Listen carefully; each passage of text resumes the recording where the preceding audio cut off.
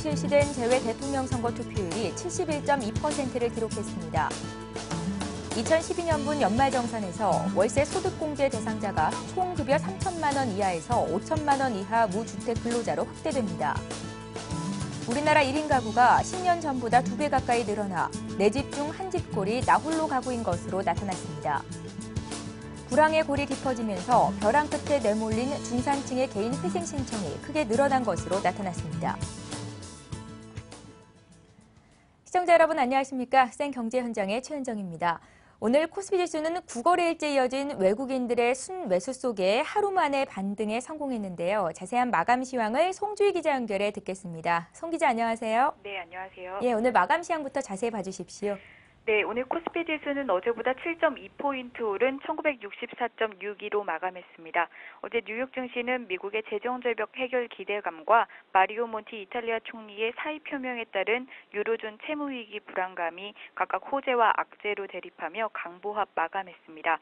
국내 증시 역시 강보합으로 출발해 외국인의 강력한 순매수로 상승폭을 확대했습니다. 9일 연속 사자에 나선 외국인이 1970억 원 순매수하며 지수 상승을 주도했습니다. 기관도 872억 원 매수 우위를 기록했습니다. 개인은 2,811억 원 순매도했습니다. 업종별로는 증권과 기계, 건설업 등이 2% 넘게 올랐고 철강금속과 금융업, 화학 등도 크게 올랐습니다.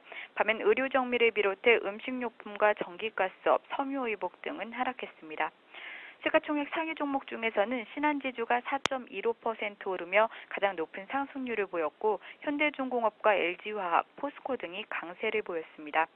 삼성전자가 1.01% 하락했고 한국전력과 SK텔레콤, 삼성생명, SK하이닉스가 약세를 보였습니다. 코스닥은 오늘 8포인트 하락한 481.59로 마감했습니다. 예, 한동안 글로벌 경기 부진과 실적 모멘텀 부재로 바닥을 기던 소외주들이 반등 조짐을 보이고 있는데요. 이 같은 종목들 앞으로의 흐름 어떻게 전망하시는지요? 네, 오늘 코스피 지수는 어제보다 0.37% 오른 채로 마감을 했는데요. 대장주 삼성전자가 1% 넘게 하락하며 숨고르기에 들어간 가운데 코스피가 이처럼 상승세를 유지할 수 있었던 것은 그동안 부진한 흐름을 이어가던 소외업종의 대표주들이 일제히 강세를 보였기 때문입니다. 오늘 우리금융이 4.78% 오른 가운데 포스코와 LG화학, 현대중공업, 현대건설 등 올 한해 바닥을 치던 종목들이 큰 폭으로 반등했습니다. 전문가들은 소외주의 반등 배경을 중국 경기 회복과 밸류에이션 매력에서 찾고 있습니다. 우선 오늘 1에서 2%대 반등에 나선 화학과 기계, 철강 업종은 그동안 중국의 경기 회복 지연으로 바닥을 쳤던 섹터입니다. 그러나 최근 중국의 11월 산업 생산이 지난해 보다 10% 이상 증가하며 예상치를 웃돈 데다 제조업 구매 관리자 지수도 8월 이후 가장 높은 수치를 기록한 것으로 집계되면서 상황은 급 반전되고 있습니다. 그동안 중국 관련 업종에 대한 매도세가 이어졌던 만큼 투자 심리가 호전되면서 보유 비중도 낮고 가격 매력도 뚜렷한 화학과 조선, 철강 등 업종에 매수세가 살아나고 있는 것으로 보입니다. 유로존 위기와 글로벌 금융시장 부진으로 주고 소외됐던 금융과 조선, 건설주도 마찬가지인데요. 실적 하향 조정이 이어지면서 이들 업종은 코스피 지수 수익률을 크게 밑돌았었습니다. 하지만 최근에는 가격 매력이 부각되면서 기술적 반등에 나서고 있습니다. 전문가들은 전기전자 업종이 시장을 이끌고 소외 업종이 이를 뒷받쳐주는 순환매 장세가 연말까지는 이어질 것으로 보고 있습니다. 다만 아직까지 전기전자를 제외한 여타 경기 민감 업종의 이익 모멘텀이 완전히 살아난 것은 아니기 때문에 연말 프로그램 매수세 유입이 예상되는 대형주 위주로 단기 매매에 나서는 것이 바람직하다는 지적도 있습니다. 예, 이번 주 목요일은 선물 옵션 동시 만기일이죠. 올해 마지막 옵션 만기일, 증시를 출렁이게 할 어떤 요인이 있을까요? 어떻게 보십니까? 네, 연말 배당 효과를 노린 매수세가 유입되면서 대규모 청산 물량 없이 무난히 지나갈 것으로 보입니다. 한국거래소에 따르면 오늘 프로그램 매매는 2,500억 원 매수 우위를 보였습니다. 차익 거래에서 52억 원 순매도를 나타냈지만 비차익 거래에서 2,600억 원 순매수를 기록한 것으로 나타났습니다. 지난 11월 초 3조 7천억 원이었던 순차익 잔고는 현재 4조 5천억 원 수준까지 뛰어오르며 물량 부담으로 작용하고 있는데요. 하지만 전문가들은 12월이 연말 배당 시즌인 만큼 동시만기에 대규모 물량이 출하될 가능성은 낮을 것으로 보고 있습니다. 12월 결산법인의 올해 연말 배당 기준일이 26일로 배당 수익을 올리려면 주식 현물을 그때까지 보유하고 있어야 하기 때문입니다. 현재 기대되는 배당 수익률은 1.26%로 저금리를 감안할 때 매력적인 수준입니다. 이에 따라 외국인을 중심으로 비차익 거래에서 매수세가 유입될 것으로 보입니다. 내년부터 국가 지자체에 적용되던 거래세 면세 조치가 종료되면서 마지막 만기일에 국가 지자체가 대규모 청산 물량을 쏟아낼 수 있다는 점은 부담으로 작용하고 있는데요. 외국인의 비차익 거래 매수세 규모가 이보다는 더 클 것으로 전망되고 있어서 올해 마지막 동시 만기일은 국내 증시에 큰 영향을 주지 않을 것으로 보입니다. 예, 오늘 증시 관련 소식은 송주희 기자와 함께 들어봤습니다. 잘 들었습니다. 네, 고맙습니다.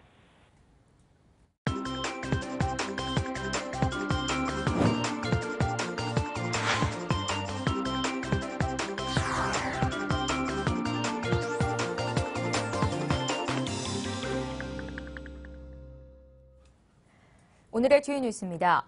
헌정 사상 처음으로 실시된 재외 대통령 선거 투표율이 71.2%를 기록했습니다. 중앙선거관리위원회는 세계 110개국 164개 공간에서 치러진 재외 대선 투표에서 신고 등록을 마친 재외 선거인 22만 2,389명 가운데 15만 8,235명이 참가했다고 밝혔습니다.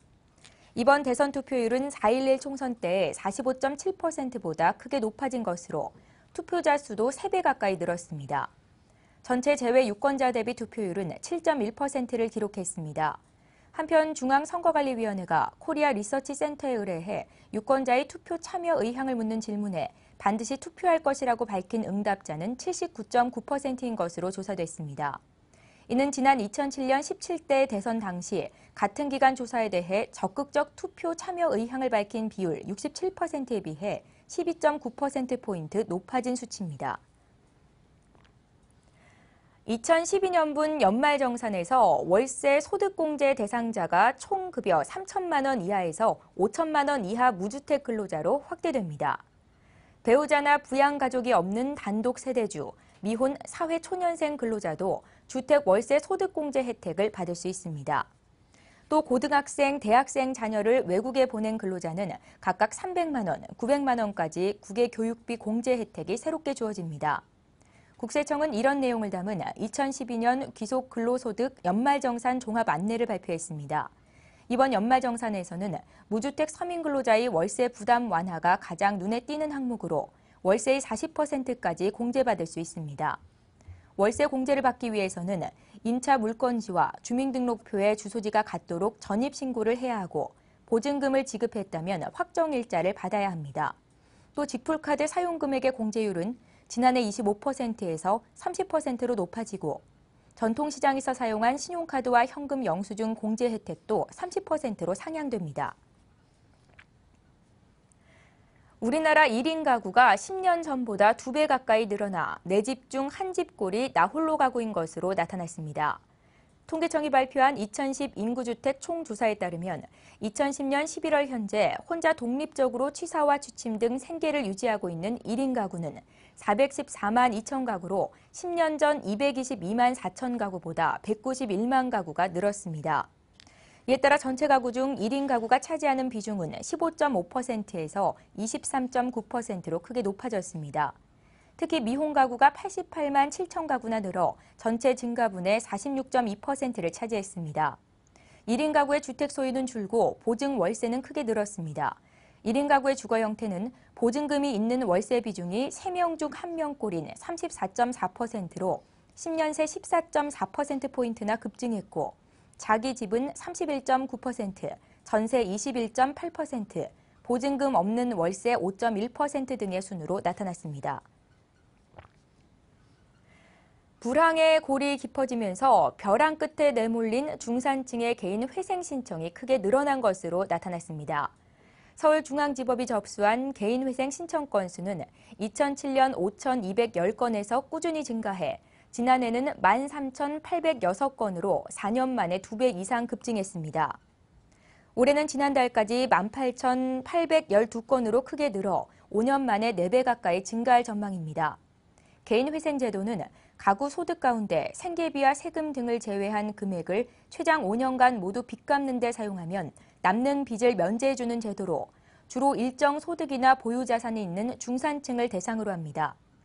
이처럼 중산층의 개인회생 신청이 급증한 것은 집값 하락과 생활비 압박이 겹치면서 자녀 학자금이나 아파트 대출금 등을 갚지 못하는 경우가 많아졌기 때문으로 풀이됩니다. 전문가들은 경제 불확실성이 커지면서 중산층의 노후 자금에 대한 압박도 커지는 상황이라고 지적했습니다. 삼성전자와 현대기아차 등 우리나라 글로벌 기업들이 불황 때 연구개발 등의 투자를 늘려 위기를 극복하고 성장을 이뤘다는 보고서가 나왔습니다. 전국경제인연합회는 경기 침체기 기업 생존 전략 보고서를 통해 이같이 분석하고 대기업 R&D 세액공제 제도를 폐지하거나 축소하는 일은 재고해야 한다고 주장했습니다. 보고서에 따르면 2008년 글로벌 금융위기 이후 GM, 도요타, 혼다 등 글로벌 자동차 기업들이 R&D 투자액을 일제히 줄였으나 현대기아차는 지속적으로 늘렸습니다. 이에 따라 현대기아차의 2007년 미국 자동차 시장 점유율은 4.7%에서 2011년 8.7%로 유일하게 성장세를 보였습니다. 글로벌 반도체 기업인 인텔, 도시바, 텍사스 인스트루먼트도 2008년을 기점으로 R&D 투자가 주춤했으나 삼성전자는 2007년 5.9%에서 2011년 10%까지 확대해 세계 반도체 시장 점유율을 42%로 높였다고 주장했습니다. 저금리 저성장 위험에 가장 크게 노출된 보험업계에 금융당국이 자본금 확충을 주문했습니다. 금융권에 따르면 금융감독원은 최근 위험기준 자기자본 RBC 비율이 낮은 보험사들을 상대로 증자를 권고했습니다. RBC 비율은 보험사의 건전성 지표로 은행으로 치면 국제결제은행 기준 자기자본 비율과 비슷합니다. 이 비율이 낮으면 보험금 지급 능력이 떨어지는 보험사로 간주되고 100%를 밑돌면 당국의 적기 시정 조치를 받게 됩니다. 금감원은 중소형 생손보사를 대상으로 추가 자본을 투입해 RBC 비율을 200% 이상으로 맞추는 게 바람직하다는 입장을 전달한 것으로 알려졌습니다. 현재 RBC 비율 200% 기준을 맞추지 못한 보험사는 대부분 손해보험사입니다. 금감원은 자산 운용 수익률 하락 탓에 내년부터 역마진이 현실화할 가능성이 커진 데다가 건전성 규제가 차츰 강화되는 만큼 미리 대비해야 한다는 입장입니다. 서울시의 뉴타운 출구 전략 발표 이후로 추진 주체가 있어서 사업 진행이 진척된 구역의 실태 조사가 시작됐는데요. 오늘 관련된 자세한 내용을 서울경제신문의 김상훈 기자 연결해 듣겠습니다. 김 기자 안녕하세요. 네, 안녕하세요. 실태 조사가 시작된 지역의 찬반 주민들 간의 갈등도 있을 것 같은데 지금 현재 상황 어떻습니까? 네, 서울시의 실태 조사가 본격화되면서 각 구역에서 그동안 수면 아래 잠자고 있던 찬반 주민 간의 갈등도 표면화되고 있는 상황입니다. 최근 서울시는 추진 주체가 있는 뉴타운 재개발 구역의 실태 조사 대상지 70곳과 시범 사업지 5곳을 각각 발표했는데요. 실태 조사를 진행하기 위해서는 각 구역의 토지 등 소유자 10%의 동의가 필요합니다. 그만큼 재개발에 물음표를 던지는 주민이 많다는 뜻입니다. 문제는 재개발을 찬성하는 주민과 반대하는 주민 간 의견차가 너무 크다는 것인데요.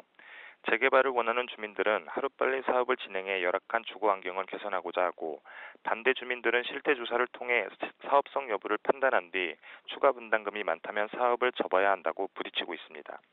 지난 주말 제가 찾은 신길 9구역에서도 그 같은 갈등을 목격할 수 있었습니다. 이 구역은 시범 사업지로 선정된 5곳 중 한 곳으로 전체 조합원 566명의 18%에 달하는 102명이 실태 조사를 신청했습니다. 이 구역은 이미 사업 시행 인가까지 받은 구역이라 분양 신청을 받고 있는 상태입니다. 때문에 실태 조사라는 말에 불안감을 느낀 조합원들이 분양 신청을 주저하는 현상도 발생하고 있습니다. 사정이 이렇다 보니 조합과 재개발 반대 모임 사이에 반목이 일 수밖에 없는 것입니다. 이렇게 주민들과의 갈등이 심해지는 이유 어디에 있겠습니까? 네, 개발을 반대하는 이들이 가장 먼저 꼽는 이유는 바로 사업성인데요. 수억 원대의 추가 분담금을 내더라도 새로 지어진 아파트의 시세 차익을 통해 그 돈을 회수할 수 있었던 예전과 달리 최근엔 조합원들 사이에 추가 분담금에 대한 걱정이 부쩍 높아졌습니다. 경기 침체로 인해 재개발 구역의 일반 분양 아파트가 잇따라 미분양되고 있기 때문인데요. 서울시의 실태 조사를 통해서 추가 분담금이 얼마인지 정확히 산출해 본 뒤 사업 진행 여부를 판단하겠다는 것이 반대하는 이들의 한결같은 목소리입니다. 하지만 많은 대지 지분을 가지고 있어 추가 분담금을 굳이 낼 필요가 없는 이들은 사업 지속을 원하고 있습니다. 둘 사이의 갈등이 첨예할 수밖에 없는 이유입니다. 매몰 비용도 문제인데요. 재개발 사업은 구조상 조합이 시공사로부터 사업 진행비를 빌려 쓸 수밖에 없습니다. 서울시 추산 추진주체가 있는 구역의 매몰 비용은 1조 6천억 원에 달합니다. 하지만 아직 그 매몰 비용의 처리에 대한 법적 근거도 마련돼 있지 않습니다. 실태조사를 결과로 구역 지정이 해제되는 지역들이 쏟아지게 되면 시공사와 조합 간의 소송전이 난무할 것이라는 전망도 바로 이 때문에 나오고 있는 것입니다. 예, 앞으로 더 많은 구역들이 실태조사를 받게 된다고 하는데 계속해서 이런 상황이 반복이 될지 시간이 많이 없는데 좀 짧게 들어보죠. 네, 앞으로도 이 같은 갈등은 증폭될 것으로 전망됩니다. 조합이 설립되지 않는 구역이야 사업 진행이 얼마 되지 않아서 상대적으로 구역 지정 해제가 쉬울 것으로 예상되지만 조합 단계의 구역에선 사업을 접기가 쉽지 않기 때문입니다. 이번 1차 실태조사 대상지 36곳 중 조합 단계에 이른 구역은 36곳이고 재개발 사업의 구분응선이라 불리는 사업 시행 인가를 받은 구역도 11곳에 달합니다. 주민들의 요구로 인해 원래 일정보다 빠르게 실태조사가 진행되면서 준비가 덜 된 모습도 보입니다. 매몰 비용 문제도 국고 지원을 원하는 서울시와 이를 반대하는 정책 당국 간의 줄다리기가 여전한 상황입니다.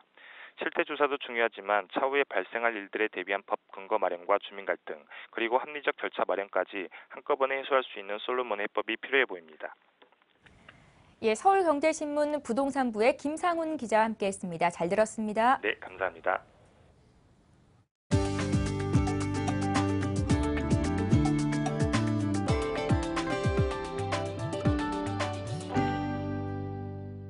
현대중공업이 국내에서는 처음으로 해상 풍력발전기에 들어가는 5.85메가와트급 영구 자석형 동기발전기를 자체 개발하는 데 성공했다고 밝혔습니다.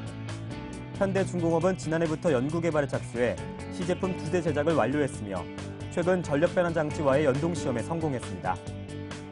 이 발전기는 바람에너지를 전기에너지로 바꾸는 핵심 설비로 기존 풍력발전기 모델보다 소음을 약 7%가량 줄이고 내구성은 강화해 제품 수명을 20년에서 25년으로 늘린 것이 특징입니다. 삼성전자가 7분기 연속으로 세계 LTE 시장에서 1위를 차지했습니다. 시장 조사기관 스트래티지 애널리틱스에 따르면 삼성전자는 지난 3분기에서도 세계 LTE 시장 점유율 40%를 기록하며 1위 자리를 지켰습니다. 다만 LTE 시장의 경쟁이 심화하면서 점유율은 지난 2분기 50.9%에서 소폭 하락했습니다. 애플의 스마트폰으로는 처음으로 LTE를 지원했던 아이폰 5는 9월 말 출시돼 LTE 시장에서 26.7%를 기록하는 등 선전했지만 삼성전자의 아성을 뛰어넘지는 못했습니다. 대한상공회의소가 한국무역정보통신과 샵메일 인지도 향상을 위한 업무 협약을 맺었습니다. 우리 정부가 개발한 샵메일은 기존 전자메일의 @ 대신 샵을 사용하는 것으로 세계 최초로 한글 주소 체계를 도입했습니다. 샵메일은 공인인증서 등으로 신원을 확인하기 때문에 신뢰도가 높고 내용 증명을 법적으로 보장해 송수신자 간 분쟁 소지를 없앴다는 장점이 있습니다. 메일 사용료가 한 통에 100원으로 법적으로 민감한 중요 문서를 보낼 때 우체국 등기 대신 활용할 수 있어 경제적 부담도 많이 줄어듭니다. 대한항공이 미국 여행 전문지 비즈니스 트래블러로부터 6년 연속 아시아 최고 항공사로 선정됐습니다. 또 최고 광고 캠페인 항공사와 최고 비즈니스 클래스 기내식 항공사, 최고 기내 엔터테인먼트 항공사로도 뽑혀 4관왕에 올랐습니다. 대한항공 관계자는 4개 부문을 석권한 것은 최신 항공기 도입과 편리한 스케줄 제공 등으로 글로벌 고객의 항공 편의를 위해서 지속적으로 노력한 덕분이라며 글로벌 광고도 높은 평가를 받았다고 말했습니다. 예, 오늘 생경제 현장은 여기까지입니다. 저희는 내일 이 시간에 다시 찾아뵙겠습니다. 시청해주신 여러분 고맙습니다.